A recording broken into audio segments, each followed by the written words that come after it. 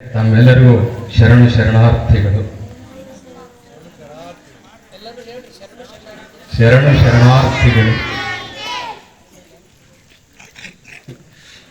ಇವತ್ತು ಹಿರೇಮಠ ಸಂಸ್ಥಾನ ಬಾಲ್ಕಿಯಲ್ಲಿ 494ನೆಯ ಶಿವಾನುಭವ ಗೋಷ್ಠಿ ಇದೆ.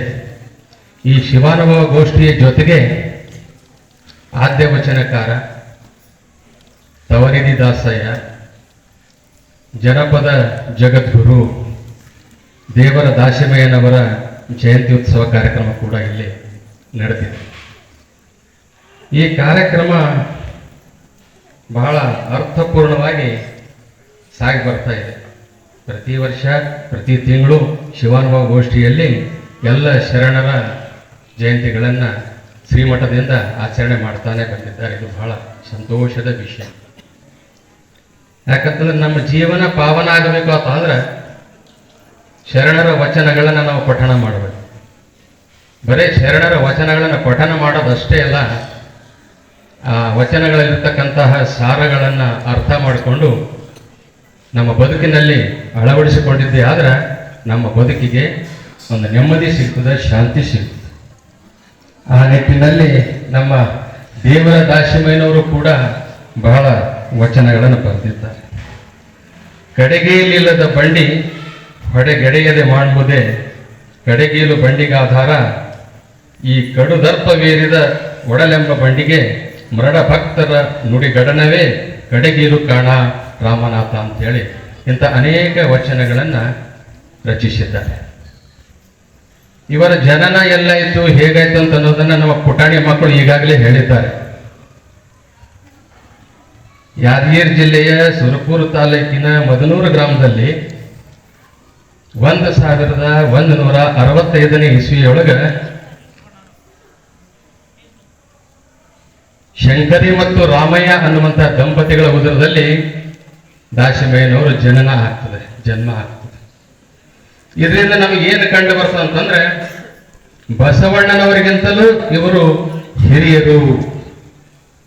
ವಚನಗಳನ್ನ ಬರೀಲಿಕ್ಕೆ ಪ್ರಾರಂಭ ಮಾಡಿದವರೇ ಇವರು. ಅದಕ್ಕೆ ಇವರಿಗೆ ಆದ್ಯ ವಚನಕಾರ ಅಂತ ಹೇಳಿ ಕರೀತಾರೆ. ದಾಸಮಯ್ಯನವರು ಜನನ ಆಯಿತು, ಬೆಳೀತಾ ಬೆಳೀತಾ ಬಂದರು. ಬೆಳೀತಾ ಬೆಳೀತಾ ನಮ್ಮಂಗೆ ಓಡಾಡ್ತನ ಮಾಡಲಿಲ್ಲ ಅವರು. ದಿನಾಲೂ ಶಿವಪೂಜೆಯನ್ನು ಮಾಡಬೇಕು, ಶರಣರ ಸಂಘದಲ್ಲಿರಬೇಕು. ಅವರ ಆರಾಧ್ಯ ದೈವ ಮದನೂರಿನ ಗ್ರಾಮದ ರಾಮನಾಥ ಅಂದರೆ ಶಿವ. ಆ ಶಿವನ ಧ್ಯಾನವನ್ನು ದಿನಾಲೂ ಮಾಡ್ತಾ ಇದ್ರು. ಮಗ ಹೀಗೆ ಮಾಡತ್ತ ಅಂತ ತಿಳ್ಕೊಂಡು ತಂದೆ ತಾಯಿಗಳು ಮಗನಿಗೆ ಜಲ್ದಿ ಲಗ್ನ ಮಾಡಬೇಕು, ಇಲ್ಲಾಂದ್ರೆ ಇವ ವೈರಾಗ್ಯ ತಾಳ್ತಾನ ಮತ್ತು ಸನ್ಯಾಸಿ ಆಗ್ತಾನ, ನಮಗೆ ಹತ್ತಂಗಿಲ್ಲ ಕೈಗೆ ಅಂತ ತಿಳ್ಕೊಂಡು ಹೆಣ್ಣು ಹುಡುಕ್ಲಿಕ್ಕೆ ಪ್ರಾರಂಭ ಮಾಡ್ತಾರೆ. ಹೆಣ್ಣು ಹುಡುಕ್ಲಿಕ್ಕೆ ಪ್ರಾರಂಭ ಮಾಡಿದಾಗ ಆ ಪುಟ್ಟ ಮಗು ಈ ಕತೆ ಹೇಳಿದ್ದಾಳೆ. ಎಂಥ ಹೆಂಡತಿ ಬೇಕು, ಎಂಥ ಹೆಣ್ಣು ಬೇಕು ಅಂತಂದ್ರೆ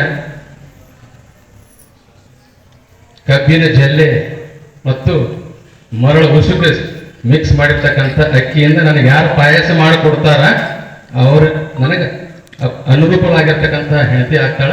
ಅಂಥ ಪರೀಕ್ಷೆಯೊಳಗೆ ಯಾರು ಪಾಸ್ ಆಗ್ತಾರ ಆ ಕನ್ಯೆಯನ್ನೇ ನಾನು ಮದುವೆ ಮಾಡ್ಕೊಳ್ತೀನಿ ಅಂತ. ಹೀಗೆ 12 ವರ್ಷ ಕಳೆದು ಅಂಥ ಪರಿಪೂರ್ಣವಾಗಿರ್ತಕ್ಕಂಥ ಕನ್ಯೆ ಸಿಗಲಿಲ್ಲ. ಕೊನೆಗೆ ಶಿವಪುರದಾಗ ಒಬ್ಬಕ್ಕೆ ಶೆಕ್ಳು ದುಗ್ಗಳೆ ಅಂತೇಳಿ ಈಗಾಗಲೇ ಕತೆ ಹೇಳಿದ.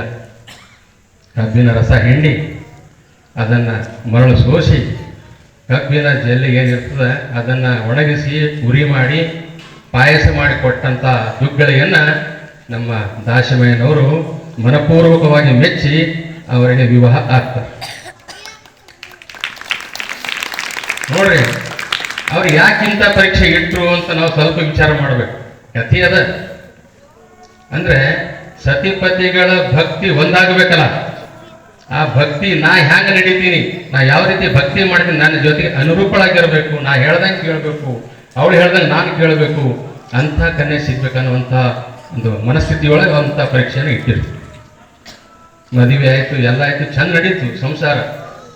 ದಿನ ಪೂಜೆ ಮಾಡಬೇಕು, ಪುನಸ್ಕಾರ ಮಾಡಬೇಕು, ಬಂದ ಭಕ್ತರಿಗೆ ಏನಪ್ಪ ಅಂತಂದ್ರೆ ಪ್ರಸಾದ ಮಾಡಬೇಕು, ಇವೆಲ್ಲ ಮಾಡ್ತಾ ಇದ್ರು. ಹಿಂಗೆ ಮಾಡ್ತಾನೆ